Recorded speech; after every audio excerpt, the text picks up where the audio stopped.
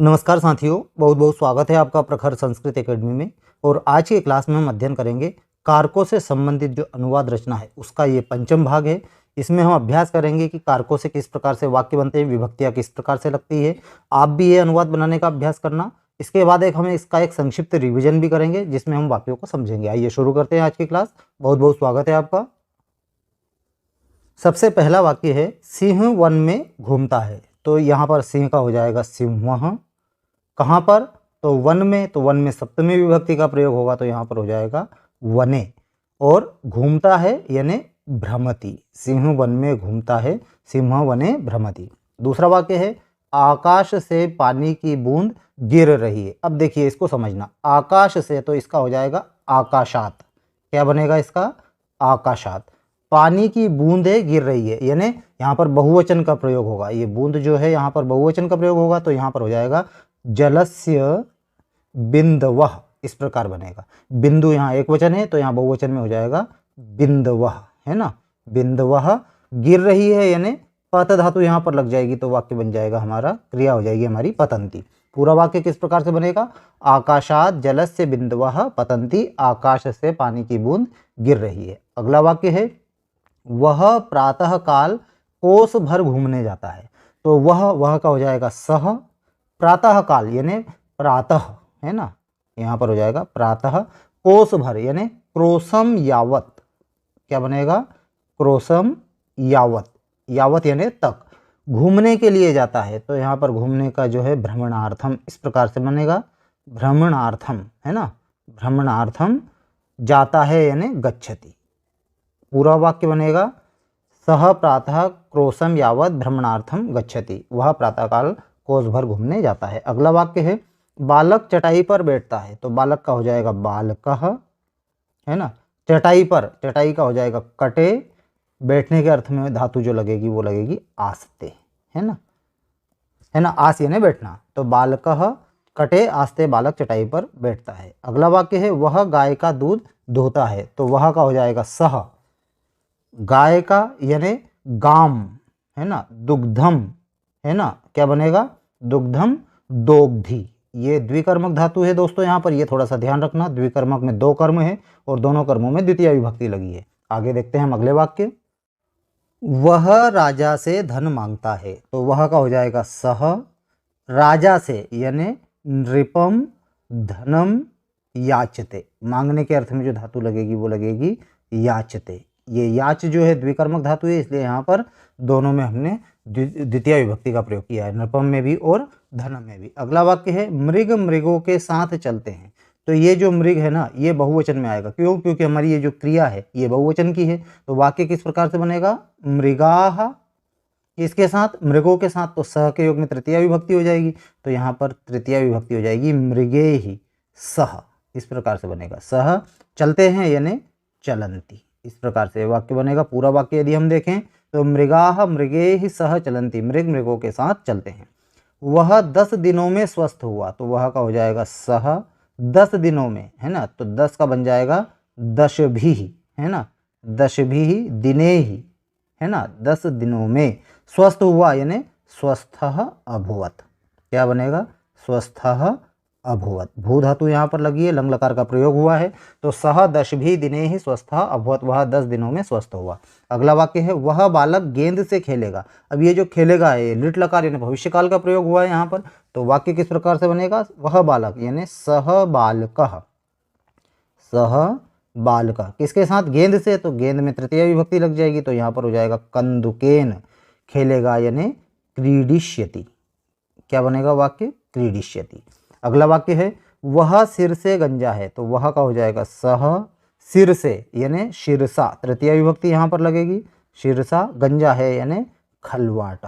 इस प्रकार से वाक्य बनेगा खलवाट। वह सिर से गंजा है। उम्मीद कर रहा हूँ दोस्तों आपको वीडियो अच्छा लग रहा है। और यदि ये वीडियो अच्छा लग रहा है तो वीडियो को लाइक कीजिएगा दोस्तों, चैनल सब्सक्राइब कीजिएगा। आगे हम चलते हैं अपने अगले वाक्य की ओर। काव्य से यश होता है। तो काव्य से तो हो जाएगा काव्येन, है ना। यश होता है तो यशः भवति। इस प्रकार से वाक्य बनेगा काव्येन यशः भवति। काव्य से यश होता है। सत्संगति मनुष्य को पाप से बचाती है। तो सत्संगति का हो जाएगा सत्संगति ही, है ना।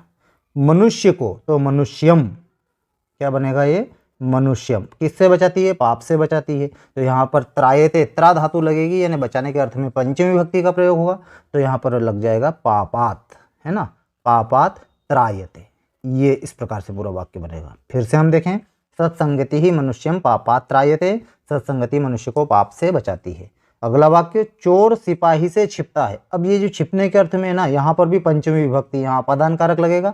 वाक्य किस प्रकार से बनेगा, चोर का हो जाएगा चोरः, सिपाही से, तो यहाँ पर हो जाएगा, इसमें यहाँ पर पंचमी विभक्ति लगेगी, तो रक्षकात, है ना, क्या बनेगा, रक्षकात। निलीयते यानी छिपता है, क्या बनेगा, निलीयते। चोरः रक्षकात निलीयते, चोर सिपाही से छिपता है। अगला है, कवि की सुंदर कृति है। तो कवि का यहाँ पर हो जाएगा कवे है ना, कवे है। सुंदर कृति यानी सुंदरी कृति ही, इस प्रकार से बनेगा, है ना। स्त्रीलिंग का प्रयोग होगा, सुंदरी कृति ही अस्ति, अस्ति यानी है। तो कवे है सुंदरी कृति ही अस्ति, कवि की सुंदर कृति है। अगला वाक्य है, वह चावलों से भात पकाता है। यहाँ पर भी द्विकर्मक धातु लगेगी, तो हो जाएगा सह चावलों से, तो बहुवचन का प्रयोग होगा, तो तंडुलान, क्या बनेगा, तंडुलान। क्या पकाता है, भात पकाता है, तो ओदनम, है ना, ओदनम पचती। ये पच धातु द्विकर्मक है, यहाँ पर भी द्वितीय विभक्ति लगी है और ओदनम में भी द्वितीय विभक्ति लगी है। सह तंडुलान ओदनम पचती, वह चावलों से भात को पकाता है। अगला वाक्य देखते हैं दोस्तों, मेरे घर आने पर नौकर अपने घर गया। अब देखिए, मेरे घर आने पर, तो यहाँ पर बनेगा मई, है ना, मई। ये अस्मा शब्द रूप का सप्तमी का एक वचन है, मई अवयो अस्मासु, इस प्रकार से इसके रूप चलते हैं।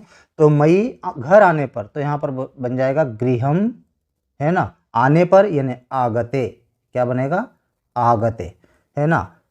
पर, आने पर, तो आगते सती, है ना। नौकर अपने घर गया, तो नौकर का बनेगा भृत्यः, है ना। अपने घर यानी स्वगृहम, है ना, स्वगृहम। गया यानी अगच्छत, है ना। फिर से हम देखें इस वाक्य को, मयि गृहम आगते सती भृत्यः स्वगृहम अगच्छत। मेरे घर आने पर नौकर अपने घर गया।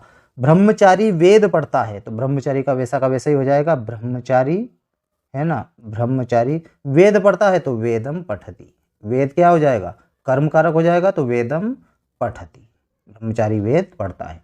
राजा सिंहासन पर बैठता है, तो राजा का हो जाएगा राजा सिंहासनम, है ना, क्या बनेगा, सिंहासनम। अधितिष्ठति, क्या बनेगा, अधितिष्ठति यानी बैठता है ना। राजा सिंहासनम अधितिष्ठति, राजा सिंहासन पर बैठता है। हरि वैकुंठ में सोता है, तो यहाँ पर हो जाएगा हरि ही वैकुंठम, क्या बनेगा, वैकुंठम। अधिशेते, अधिशेते यानी सोता है या हरि वैकुंठ में सोते हैं, हरि वैकुंठम अधिशेते। अगला है, नगर के चारों ओर जल है। तो नगर के चारों ओर, तो ये तो सिंपल सेंटेंस है, तो नगरम परितः, चारों ओर यानी परितः जलम अस्ति, क्या बनेगा ये, जलम अस्ति। नगरम परितः जलम अस्ति, नगर के चारों ओर जल है। आगे चलते हैं दोस्तों, राम ने रावण को मारा, तो यहाँ पर हो जाएगा, राम का हो जाएगा रामः रावणम, क्या बनेगा, रावणम। मारा यानी हतवान, है ना, राम ने रावण को मारा। अगला है, बालिका माँ के साथ विद्यालय जाती है। अब ये यहाँ पर साथ आया है, तो फिर तृतीय विभक्ति का प्रयोग हम करेंगे, तो हो जाएगा बालिका का बालिका, है ना, माँ के साथ, तो मात्रा सह, क्या बनेगा, मात्रा सह। कहाँ जा रही है, विद्यालय जा रही है, तो हो जाएगा विद्यालयम, क्या बनेगा, विद्यालयम गच्छति। बालिका मात्रा सह विद्यालयम गच्छति, बालिका माँ के साथ विद्यालय जाती है या जा रही है। राजा निर्धन को धन देता है, तो राजा का हो जाएगा नृपः। किसको, निर्धन को देता है, तो निर्धनाय, है ना, देने के अर्थ में चतुर्थी विभक्ति का प्रयोग होगा, तो हो जाएगा निर्धनाय।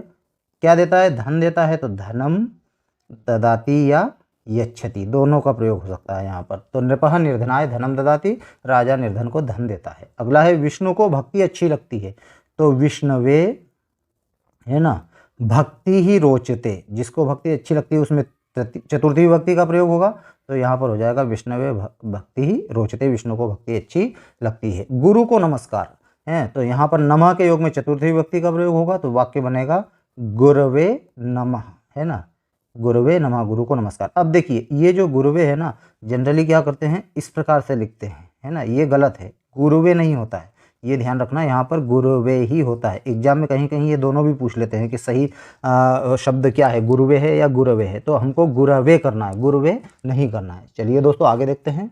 मोहन नौकर पर क्रोध करता है, तो जिसके ऊपर क्रोध किया जाता है उसमें चतुर्थी विभक्ति लगेगी, संप्रदान कारक लगेगा, वाक्य बनेगा मोहन का मोहनः, है ना। नौकर पर तो भृत्याय, क्या बनेगा, भृत्याय, क्रोध करता है यानी क्रुध्यति, इस प्रकार से वाक्य बनेगा, मोहनः भृत्याय क्रुध्यति, मोहन नौकर पर क्रोध करता है। रमा भोजन करके विद्यालय जाती है, तो यहाँ पर हो जाएगा रमा भोजनम कृत्वा, भोजन करके, क्या बनेगा, भोजनम कृत्वा, कहाँ जा रही है, विद्यालय जा रही है, तो विद्यालयम गच्छति, सिंपल सेंटेंस है, विद्यालयम गच्छति, है ना। रमा भोजनम कृत्वा विद्यालयम गच्छति, रमा भोजन करके विद्यालय जाती है। बालक घोड़े से गिरता है, तो यहाँ पर जिससे अलग हुआ है वहाँ पर अपादान कारक लगेगा, और अपादान कारक में कौन सी विभक्ति लगती है, पंचमी विभक्ति, तो वाक्य बनेगा बालक का बालकः घोड़े से, तो अश्वात, क्या बनेगा, अश्वात, गिरने के अर्थ में पतति, बालकः अश्वात पतति, बालक घोड़े से गिरता है।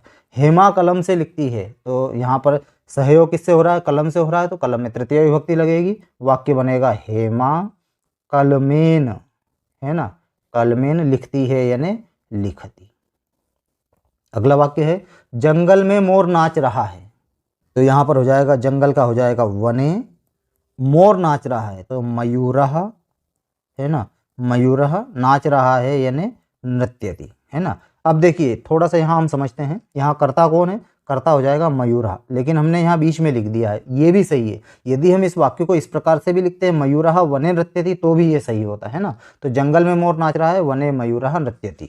ठीक है दोस्तों, इस प्रकार से आज हमने 30 महत्वपूर्ण वाक्यों का अध्ययन किया। अब हम इसका एक संक्षिप्त रिवीजन कर लेते हैं। सिंह वन में घूमता है, सिंह वने भ्रमति, आकाश से पानी की बूंद गिर रही है, तो आकाशात जलस्य बिंदवः पतन्ति। वह प्रातः काल कोस भर घूमने जाता है, सह प्रातः क्रोशम यावद भ्रमणार्थम गच्छति। बालक चटाई पर बैठता है, बालकः कटे आस्ते।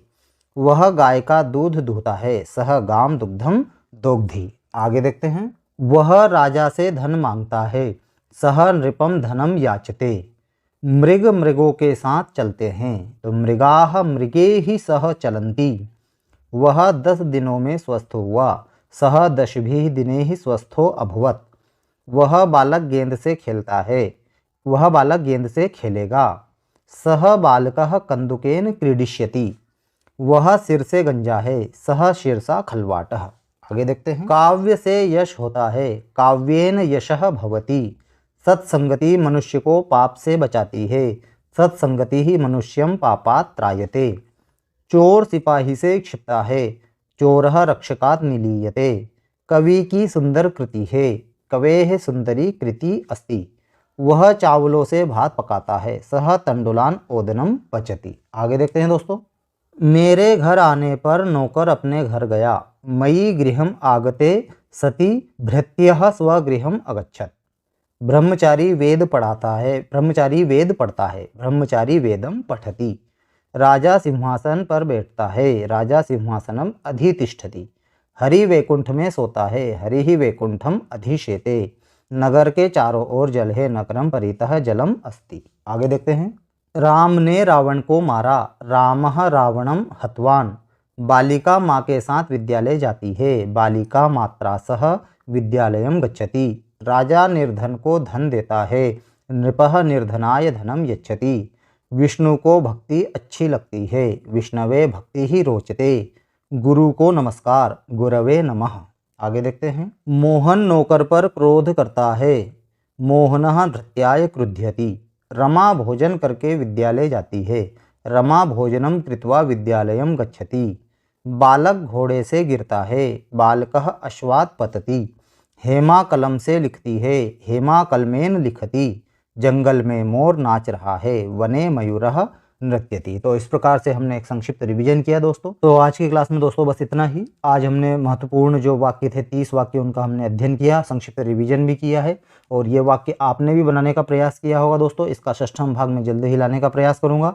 उम्मीद कर रहा हूँ आपको ये वीडियो अच्छा लगा है, और यदि ये वीडियो अच्छा लगा है तो वीडियो को प्लीज़ लाइक कीजिएगा, चैनल सब्सक्राइब कीजिएगा दोस्तों। जल्द मिलते हैं नेक्स्ट वीडियो में, तब तक के लिए जय हिंद जय भारत, नमस्कार दोस्तों।